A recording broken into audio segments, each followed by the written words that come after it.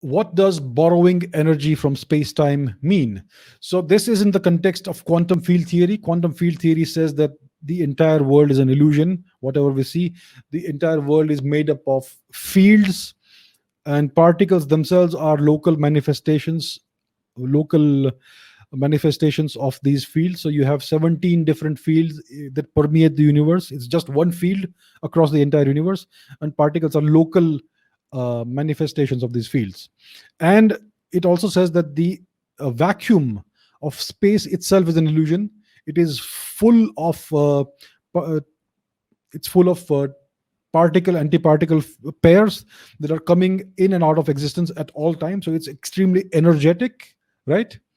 So it is in this context that one talks about the this idea of borrowing energy from space time. So what it means is that the vacuum of space is teeming with particle antiparticle pairs. So a particle and antiparticle pair is formed out of the vacuum of space time, and it is formed and it very quickly uh, annihilates itself. So it gives the energy back to space time. So isn't this something that violates the conservation of energy, right? That's the question. Because you can't just borrow energy from nowhere. Energy has to be the conservation of energy has to be respected.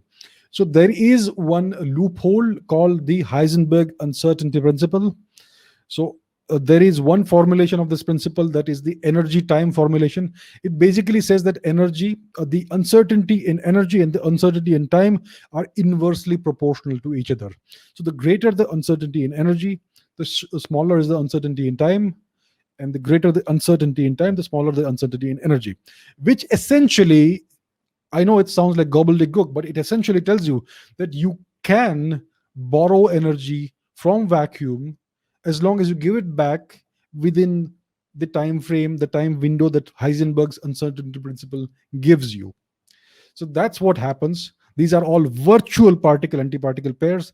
These form and annihilate each other too quickly to be actually observed, but you can observe their indirect effects, and these experiments have been done. So it actually is true. There are such particle antiparticle pairs being formed and destroyed all the time in vacuum.